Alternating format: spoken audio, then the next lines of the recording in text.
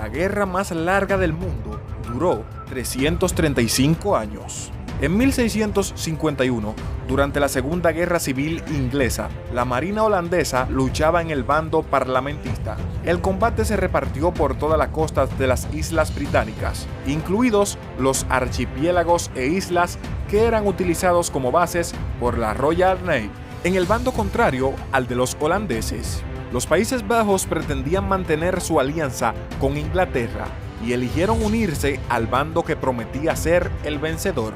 Durante una batalla, la Royal Navy huyó y se refugió en las Islas Sórligas. Al ser perseguidos por la Marina holandesa, las baterías de la isla hicieron fuego contra la flota holandesa. La Marina realista se hizo fuerte en las islas, tanto que la flota holandesa no podía siquiera acercarse.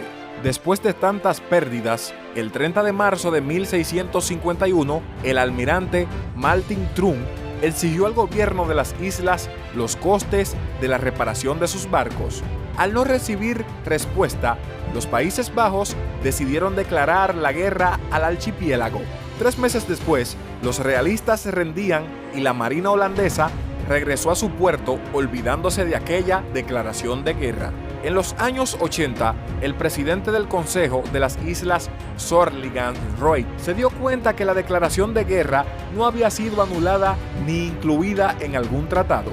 Después de consultar con la embajada holandesa y cotejar si existía algún tipo de documentación al respecto, resultó que solo existía esa absurda declaración de guerra. Absurda, pero en vigor.